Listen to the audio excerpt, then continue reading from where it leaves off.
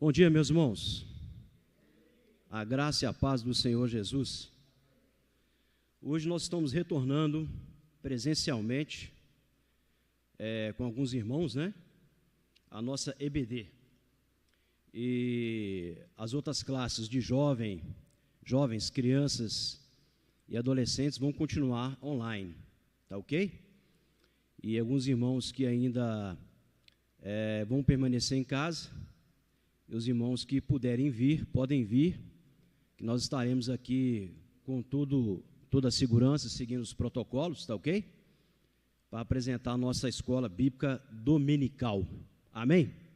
Então nós vamos fazer uma oração, e eu vou pedir à irmã Ana Lúcia para orar para nós neste momento, e nós vamos assim fazer a leitura da palavra de Deus. Oremos.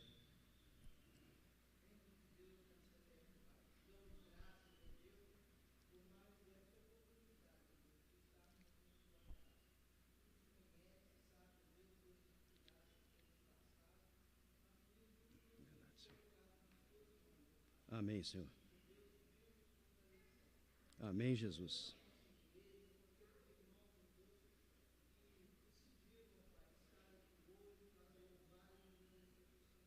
Amém, Senhor.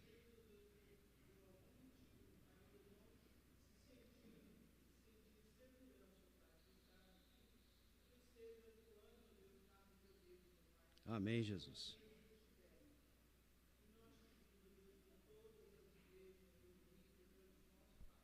Amém, Senhor. Tem misericórdia.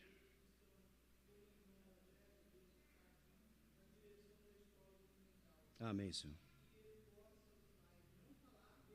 Amém, Jesus. Amém.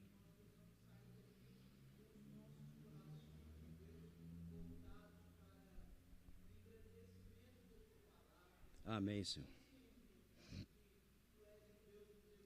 Amém, Jesus. Obrigado, Senhor. Amém.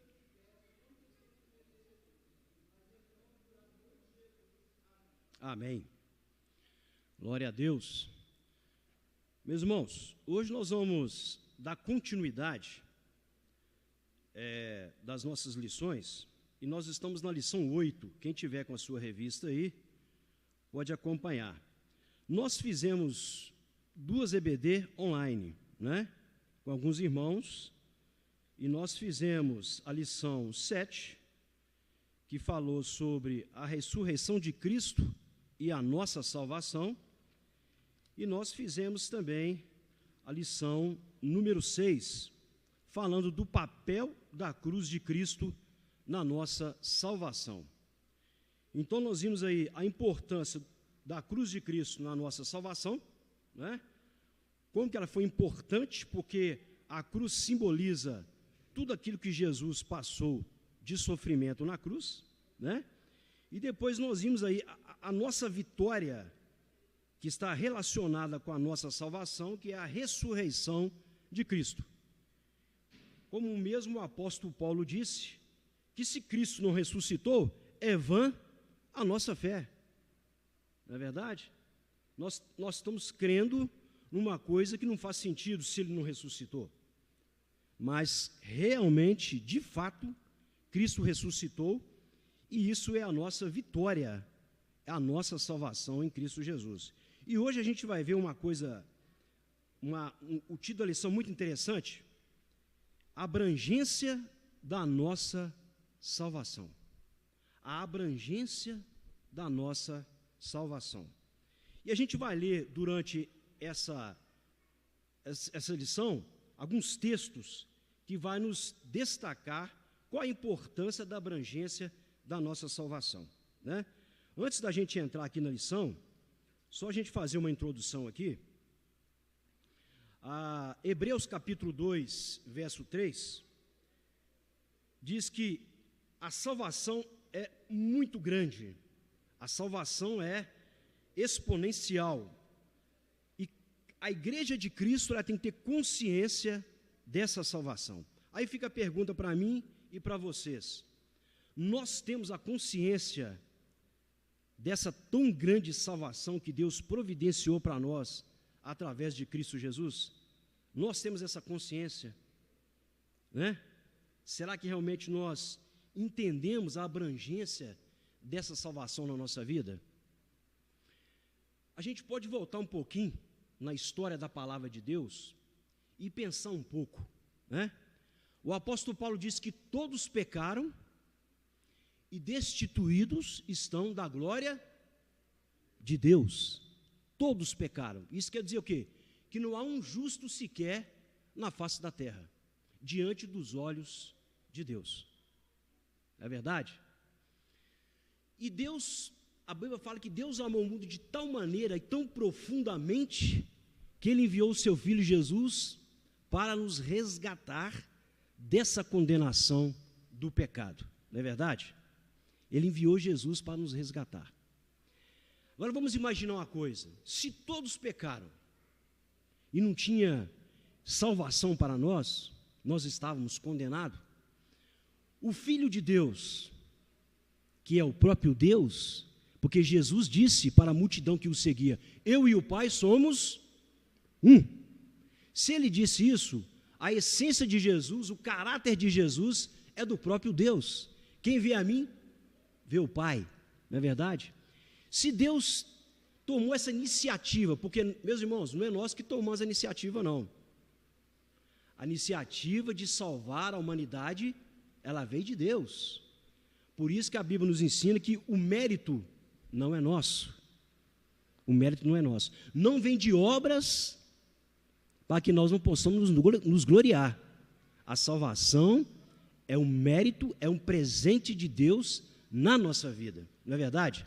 Então vamos imaginar uma coisa. Aqui nós vamos falar um pouquinho sobre a abrangência da salvação.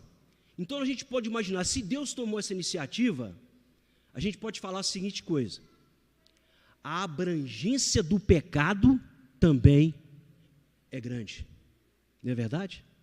A abrangência do pecado também é grande. Assim como a abrangência da salvação envolve toda a humanidade, não é verdade? Isso a gente tem que ter consciência na nossa vida. Só que a lição de hoje, ela vai tratar de alguns aspectos dos tempos de salvação. E a primeira pergunta que o autor faz aqui, eu vou lançar para os irmãos refletir e pensar um pouquinho. A salvação é um ato ou um processo? A salvação é um ato ou um processo?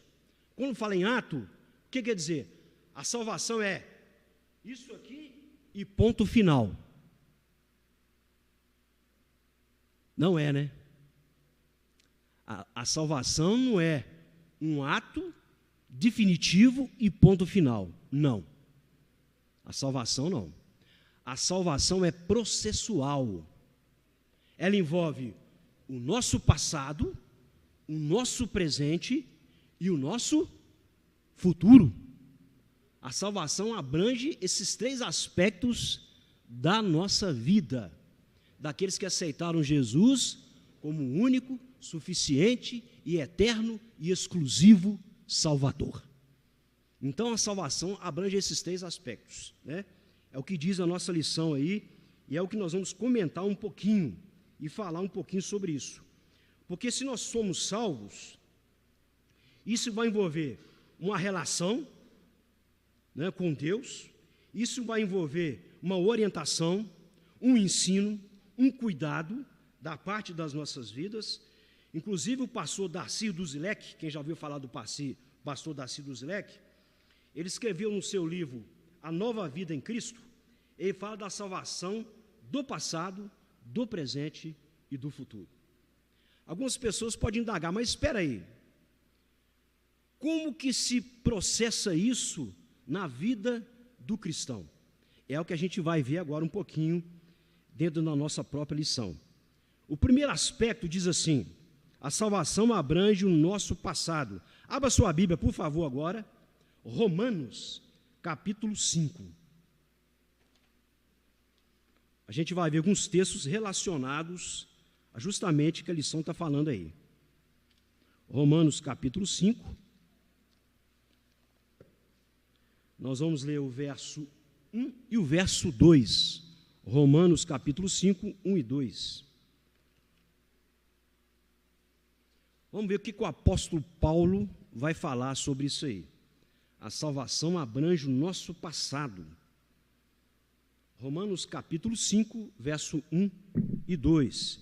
E diz assim a palavra do Senhor: justificados, pois, mediante a fé, temos paz com Deus, por meio de nosso Senhor Jesus Cristo, por intermédio de quem obtivemos igualmente acesso pela fé a esta graça na qual estamos firmes e gloriamo-nos na esperança da glória de Deus. Justificados, pois, diante de Deus. A justificação, ela aconteceu em que aspecto? No passado. A justificação aconteceu no passado. Como que funciona esse processo diante de Deus? Quando nós cremos que Jesus é o nosso único Salvador, o nosso Redentor, Deus nos olha com um olhar diferente, através de Cristo.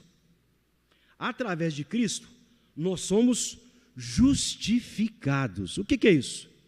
Deus nos olha como justificados, sem pecados, diante dele, através da pessoa de Cristo. E isso aconteceu, meus irmãos, no passado. Isso aconteceu no passado. Nós somos justificados, transformados, regenerados diante de Deus pela crucificação de Cristo. Aí a gente começa a imaginar um pouquinho, e é muito importante isso, a gente observar, sobre a obra expiatória de Cristo. O que é expiação? No Antigo Testamento, se a gente pegar na palavra original, no hebraico, expiação significa cobrir, lançar fora. Isso quer dizer o quê? Que a obra de Cristo expiatória, ela lançou fora, ela cobriu os nossos pecados diante de Deus. Essa é a obra expiatória de Cristo na cruz, para perdoar, ocultar os nossos pecados diante de Deus. Isso aconteceu no passado.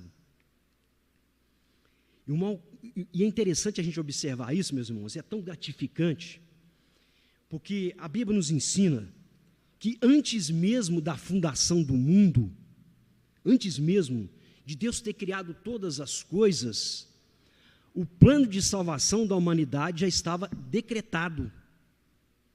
Decretado. Deus já tinha um plano de resgate para a humanidade. E foi nessa obra expiatória que foi realizada através de Cristo na cruz. Por isso que o Antigo Testamento, há muitos anos atrás, tinha-se o hábito de falar Velho Testamento, né?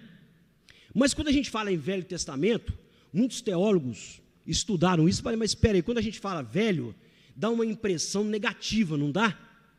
De uma coisa que já está ultrapassada, que não tem valor mais. Aí os teólogos resolveram fazer o seguinte: não, essa palavra não está adequada para a gente poder usar. Vamos falar o Antigo Testamento. O Antigo Testamento, das Escrituras Sagradas de Deus. E se a gente pegar todo o Antigo Testamento, meus irmãos, a gente só tem um personagem, eu já falei isso aqui e continuo batendo nessa tecla. O Antigo Testamento só tem um personagem que se destaca em toda a história, desde Gênesis: Jesus Cristo. Tudo que foi realizado de sacrifício de animais, tudo que foi feito no tabernáculo, depois construíram o templo posteriormente, tudo ali era sombra do que havia de vir, que é a própria pessoa de Jesus Cristo. Por isso que Deus falou assim, olha, eu não habito em templo feito por mãos humanas. Mas se Deus não habita em templo feito por mãos humanas, ele habita onde então? Hoje, na era da graça, onde que Deus habita? É nessas 4 paredes? Não, ele habita dentro de nós, glória, ele habita dentro de nós. Isso tudo aconteceu processualmente no passado.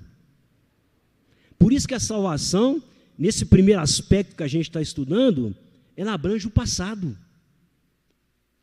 não é? E é tão fantástico o que Deus fez e tem feito nas nossas vidas. Nós como igreja, nesse templo que foi construído aqui, para a honra e glória de Deus, que fez 62 anos, quando a gente pergunta assim, por exemplo, meu irmão, você ama a sua igreja? Aí a gente começa a refletir, a gente tem que refletir nesse sentido, né? Meu irmão, você ama a sua igreja? Aí você vai refletir e pensar assim, aí você vai pensar nas 4 paredes, na fundação desse templo, e etc, e etc. Não. Quando eu pergunto assim, você ama a sua igreja? Sabe o que eu estou perguntando? Você ama a irmã Ana Lúcia Mateus? Você ama a Tereza? Quer dizer, nós nos amamos uns aos outros? A pergunta é essa e a resposta certa é essa. Se eu amo a minha igreja, eu amo os meus irmãos, que faz parte dessa igreja, que foi fundada por Jesus Cristo. Agora, nós respeitamos o templo no qual nós congregamos como igreja? Sim, nós respeitamos. Por quê? Porque quando nós nos fazemos presente aqui, a pessoa de Deus também se faz presente em nós, dentro desse templo, que somos a igreja. Então, a salvação, ela abrange o nosso passado, como diz aqui o apóstolo Paulo, né? Romanos 5:1. Agora vamos lá em Romanos 8. Você já está no livro de Romanos aí. Vamos passar algumas páginas para frente e vamos aí em Romanos capítulo 8. Olha que coisa fantástica que o apóstolo Paulo vai dizer. Romanos capítulo 8, vamos pegar do verso 31. Romanos capítulo 8, o verso 31.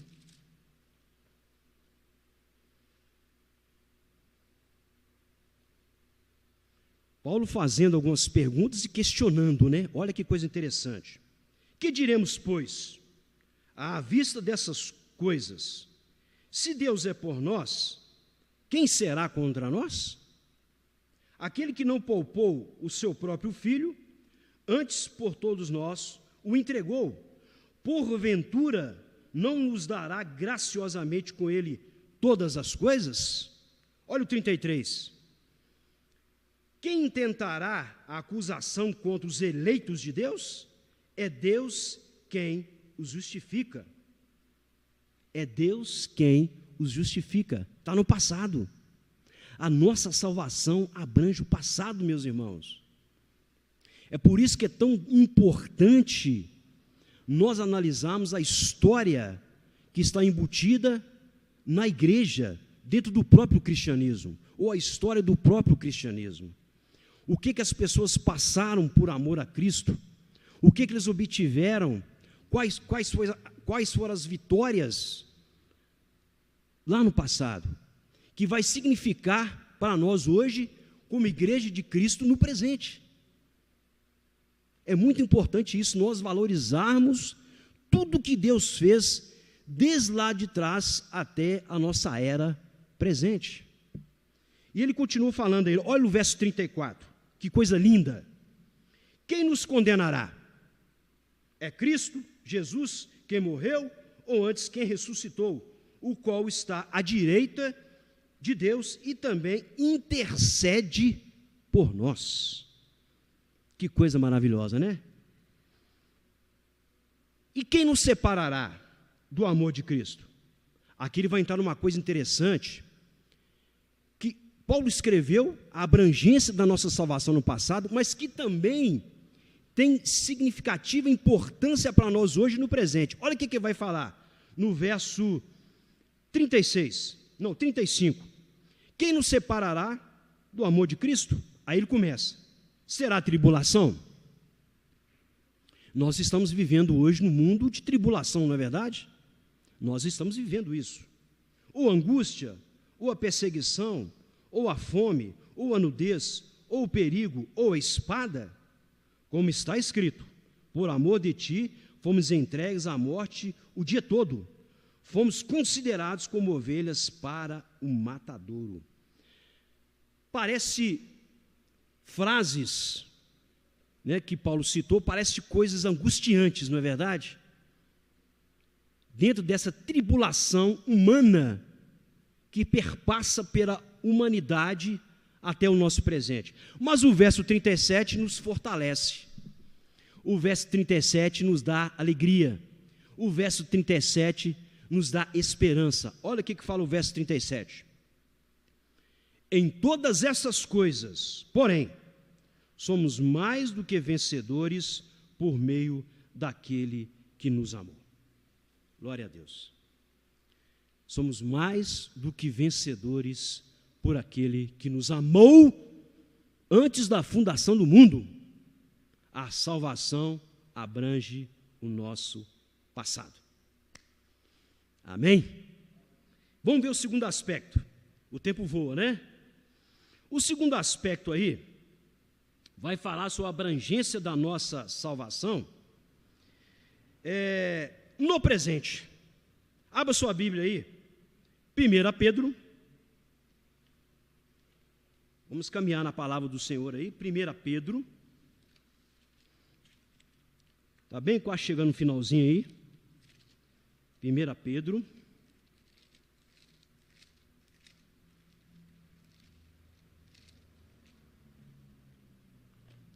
Nós vamos pegar 1 Pedro, o verso 13 e até o verso 21. Carta do apóstolo Pedro, capítulo 1, de 13 em diante.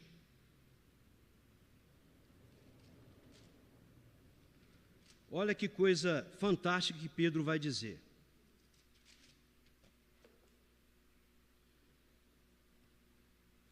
A salvação abrange o nosso presente. É o que nós vamos falar agora, dentro da palavra de Pedro. Ele vai dizer assim: por isso, cingindo o vosso entendimento, sede sóbrios e esperai inteiramente na graça que vos está sendo trazida na revelação de Jesus Cristo. Como filhos obedientes, não vos amoldeis às paixões que tinhais anteriormente na vossa ignorância. Pelo contrário, segundo é santo aquele que vos chamou, tornai-vos santos também, vós mesmos, em todo o vosso procedimento. Amém. O que Pedro está falando aqui? Olha, sede sóbrios, sede racionais, pensai sobriamente sobre isso. Não vos deixeis amoldar pelas paixões que vocês tinham anteriormente. O que é isso? Anteriormente, o que acontecia conosco? Lá no passado, antes de nós aceitarmos Jesus como nosso Salvador, pela nossa ignorância. O que é ignorância? Quando a gente fala em ignorância, né, irmãos? A gente pensa numa coisa negativa, não é verdade? Mas ignorância significa o quê? Falta de conhecimento. Ignorância significa falta de conhecimento. Inclusive a palavra de Deus fala assim: vocês erram por não conhecer a minha palavra. Essa é ignorância. E hoje, meus irmãos, vou abrir um parênteses aqui e falar uma coisa séria, para nós refletirmos. Quantos irmãos que estão nas igrejas de hoje, ignorantes acerca da palavra de Deus? O que é isso? não conhecem a palavra de Deus, não estudam a palavra de Deus, não leiam a palavra de Deus. Eu gosto muito de trazer estatística, né? E essa semana eu estava lendo uma estatística na internet que diz o seguinte: 37% dos cristãos não leiam a Bíblia durante a semana. A estatística que foi feita agora foi essa: 37% só pega a Bíblia no domingo quando vai para a igreja. É triste, né? A gente falar isso, não é verdade? Mas é a realidade. Aí as pessoas continuam com sede de Deus, com fome de Deus, por ignorância, por não ter conhecimento da palavra de Deus. E aqui Pedro está falando uma coisa muito séria. Versículo 14: como filhos obedientes, não vos amoldeis às paixões que tinhas anteriormente. Nós não podemos deixar nos amoldar espiritualmente pelas coisas da carne. Aqui Pedro está falando no presente. Olha, vocês não podem viver mais como vocês viviam antigamente, sobre o domínio do pecado. A nossa salvação abrange o passado, abrange o presente. Nós não podemos viver sobre o domínio do pecado nas nossas vidas, meus irmãos. É o que Pedro está dizendo para a igreja hoje. É o que Pedro está dizendo para nós hoje. Que muitas das vezes nós somos uma coisa dentro da igreja e somos outra lá fora. O nosso caráter é duplo. Eu estou lembrando de uma história aqui interessante. O pastor estava na igreja sentado na frente com a esposa e o filho, né? Aí o pastor levantou e começou a pregar na igreja, e falando que as coisas maravilhosas e tal. Aí o filho virou para a mãe e falou assim: ô mãe, por que o papai não é assim lá em casa?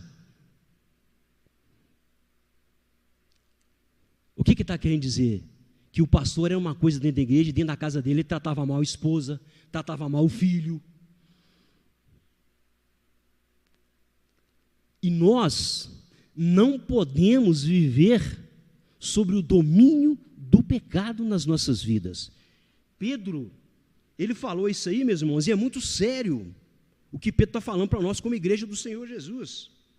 Ele fala no versículo 15: pelo contrário, segundo é santo aquele que vos chamou, tornai-vos santos também vós mesmos em todo o vosso procedimento.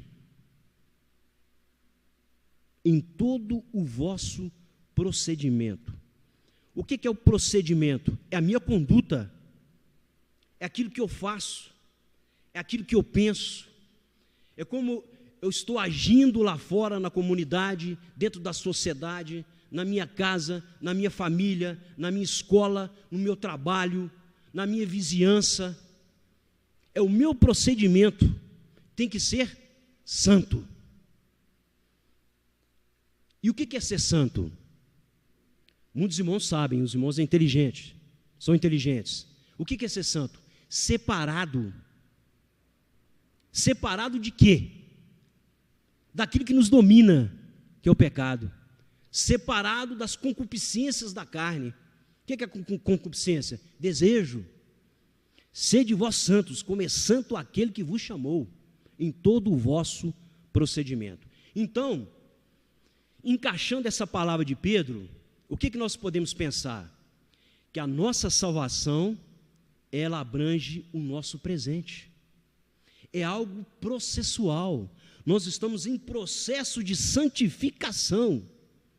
Nós estamos em processo de separação diante do nosso Deus. Aí os irmãos vão pensar assim: se eu estou em processo de santificação, quer dizer que eu não posso pecar?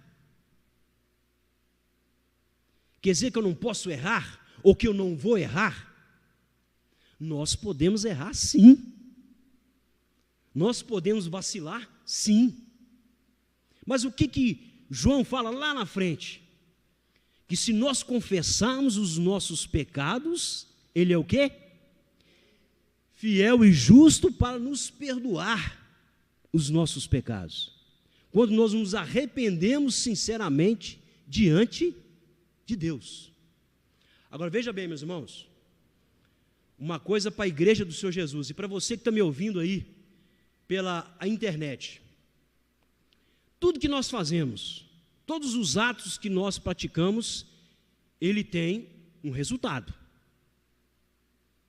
Ele tem um resultado. Quer ver uma prova disso? A própria palavra de Deus nos ensina, não é verdade? Vamos imaginar Pedro, o apóstolo Pedro, que estava diante de Jesus, e que falou o seguinte: olha, mestre, eu estou pronto a morrer pelo Senhor. Jesus olhou para Pedro e falou o quê? Hoje mesmo você vai me negar 3 vezes, antes que o galo cante. E Pedro negou. Pedro falhou.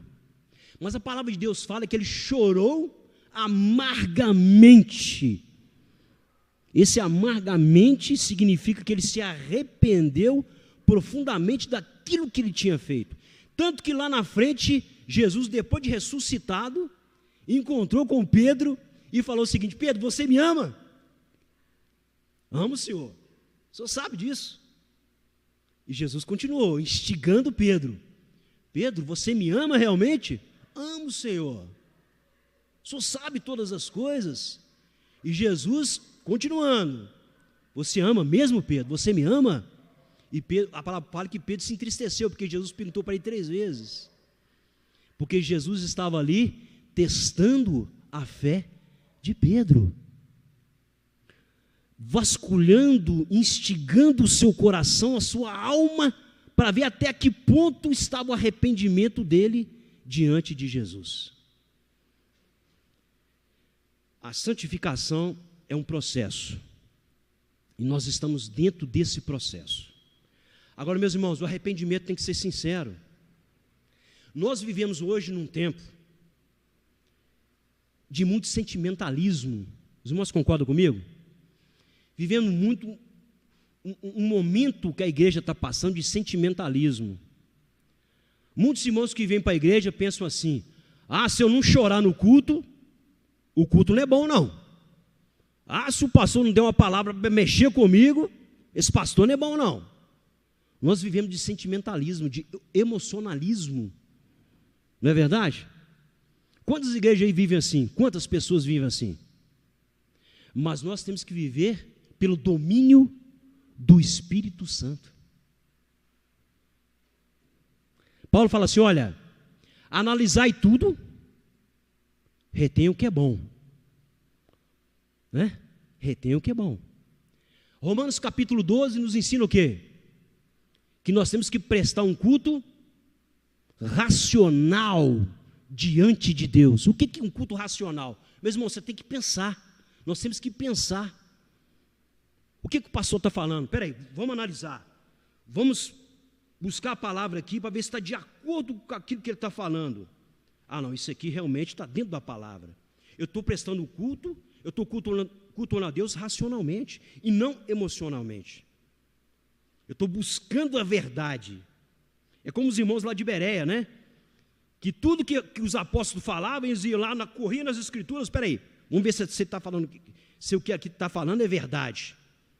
Nós temos que agir com entendimento e não deixar nos moldar pelas coisas antigas.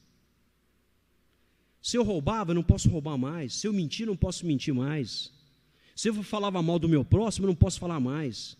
Se eu digo que eu amo meu irmão e não amo, eu sou mentiroso. Não é verdade? Então eu tenho que agir como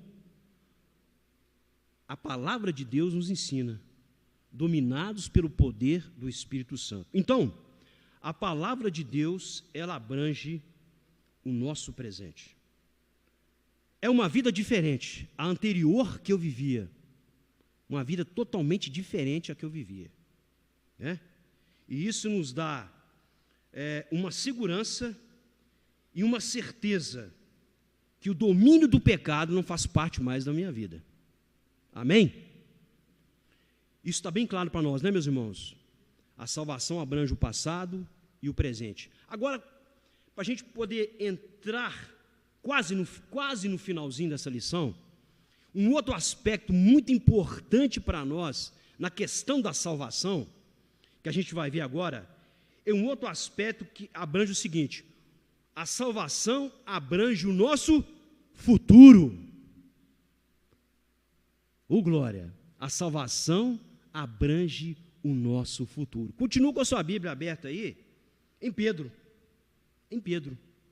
Justamente no capítulo 1. Justamente no capítulo 1, nós vamos continuar aí, e Pedro vai falar uma coisa fantástica. Capítulo 1, de 3 a 9, mas a gente já leu os anteriores, vamos pegar um pouquinho mais à frente. Olha o verso 17, capítulo 1 de Pedro, o verso 17.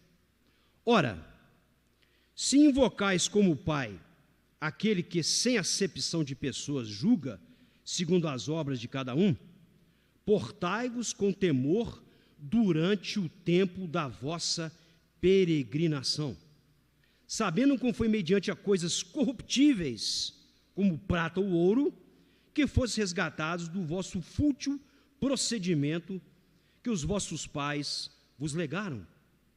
19. Mas pelo precioso sangue, como de cordeiro sem defeito, sem mácula, o sangue de Cristo, conhecido com efeito antes da fundação do mundo, aquilo que nós falamos anteriormente, porém manifestado no fim dos tempos, por amor de vós. 21. Que por meio dele tendes fé em Deus, o qual o ressuscitou dentre os mortos e lhe deu glória, de sorte que a vossa fé e esperança estejam em Deus. A nossa salvação abrange o futuro. Como assim? O verso 21, olha o que Pedro está falando aqui. Que por meio dele tendes fé em Deus, o qual ressuscitou dentre os mortos e lhe deu glória, de sorte que a vossa esperança estejam em Deus. Qual que é a nossa esperança? A nossa esperança é que um dia nós estaremos diante de Deus. Essa é a nossa esperança. João capítulo 14. Jesus estava ali naquele momento, e aquele momento ali, ele começa a falar para os discípulos para confortar e encorajar os discípulos, porque ele sabia que a sua hora estava chegando. Aí o que ele fala? Não se turbe o vosso coração. Olha o que ele continua falando.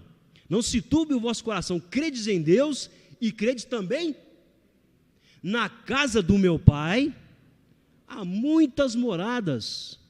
E se não fosse assim, eu não teria dito, porque eu vou e vou preparar lugar para que onde eu esteja, vocês possam estar também. A nossa salvação abrange o futuro. Ela abrange o futuro. Abrange o passado, ele nos justificou, abrange o passado, abrange o presente, porque nós não podemos viver sob o domínio do pecado, e abrange o futuro, a nossa esperança de encontrar Jesus na eternidade. Ô glória!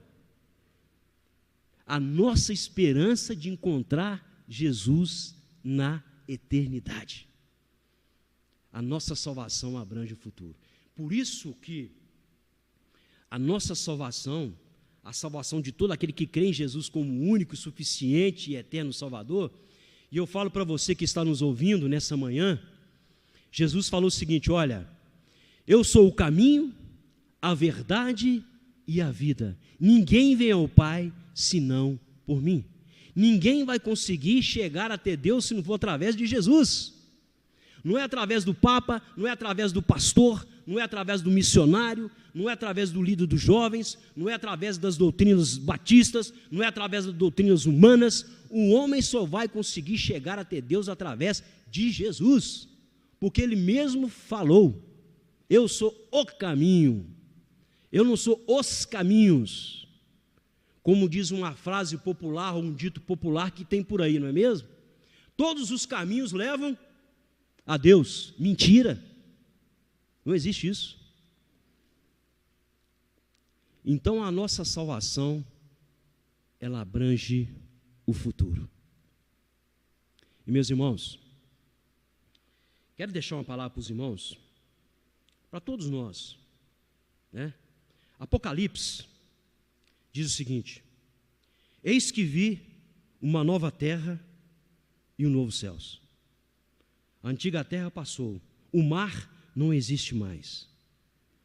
O que Deus tem preparado para nós, nós não conseguimos imaginar e falar humanamente o que Deus tem preparado para nós na eternidade.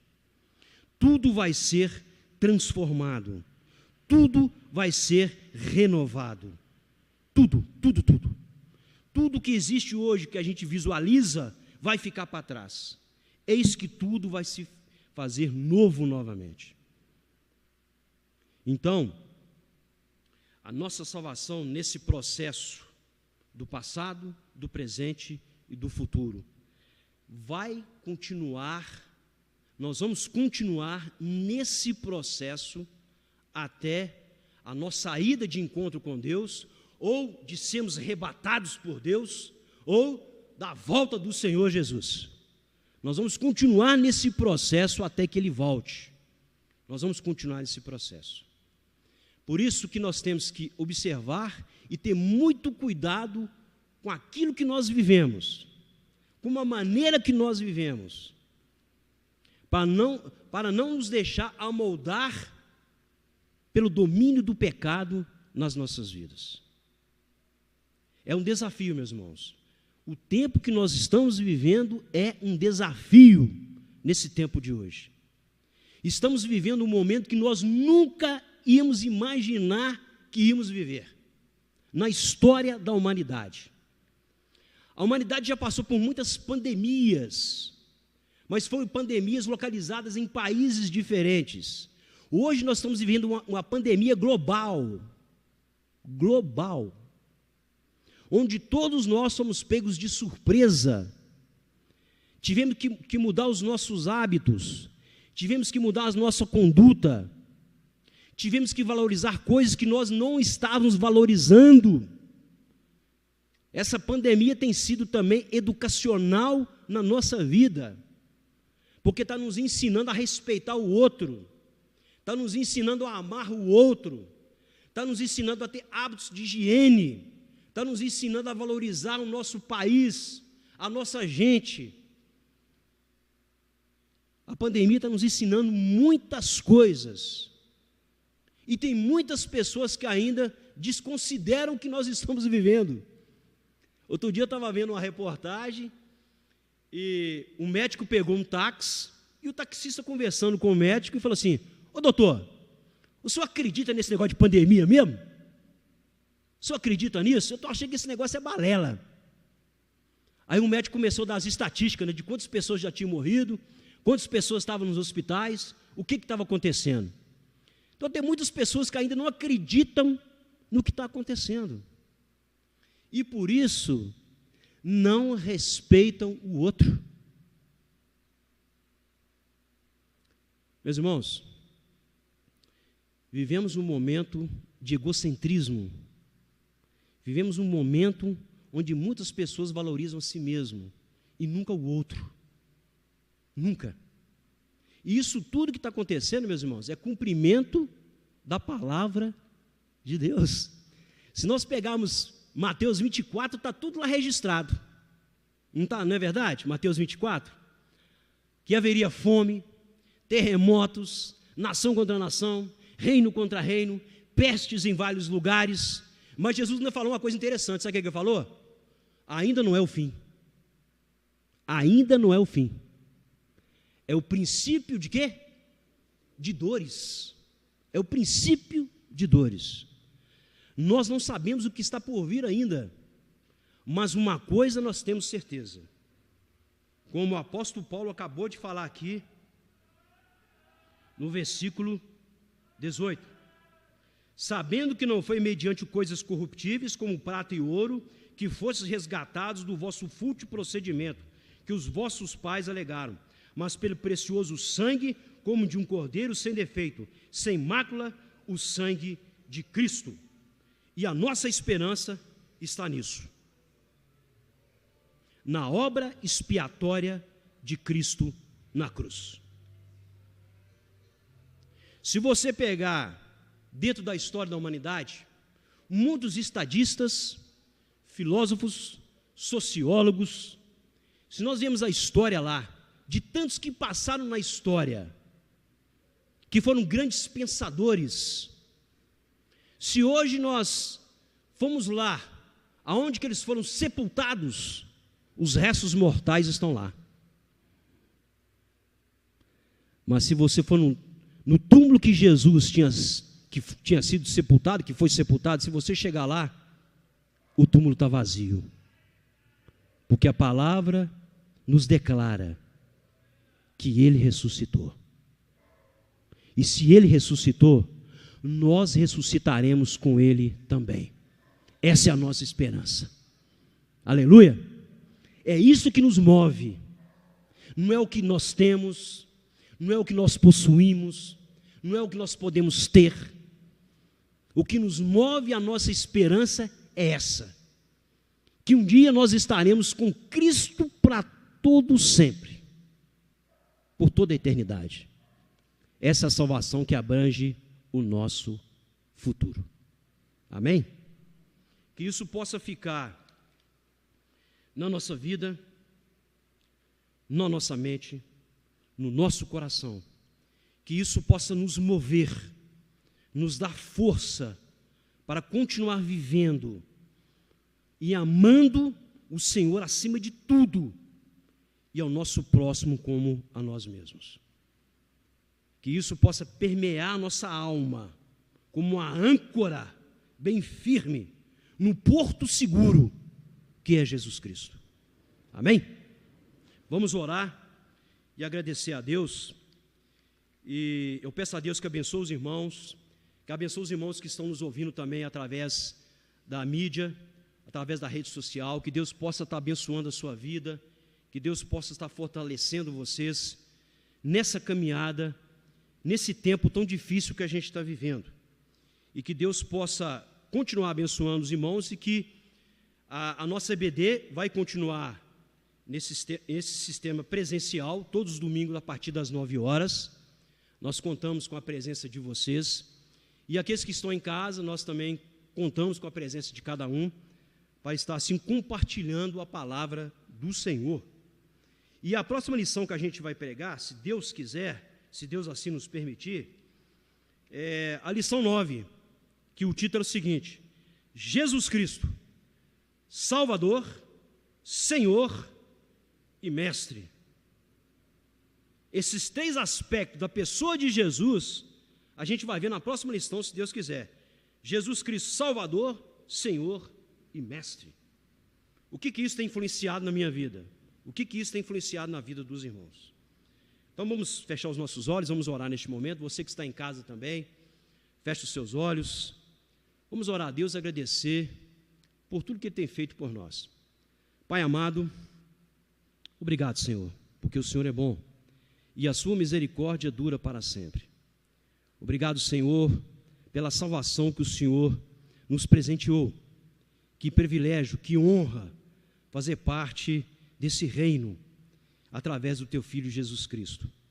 Essa salvação que abrange o nosso passado, que abrange o nosso presente e que também vai abranger o nosso futuro. Que possa estar permeando as nossas vidas todos os dias, a cada instante do nosso viver. Obrigado, Senhor. Abençoa a Tua igreja na face da terra, abençoa os Teus servos, abençoa os Seus pastores, abençoa os Seus líderes, abençoa agora aqueles que estão passando momentos difíceis, ó Pai, que estão nos hospitais, nas clínicas, nas UPAs.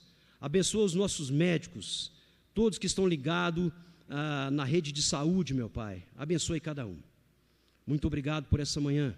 Muito obrigado pelo Teu amor para conosco. No nome do Senhor Jesus. Amém. Que Deus abençoe os irmãos. Que os irmãos tenham um ótimo domingo.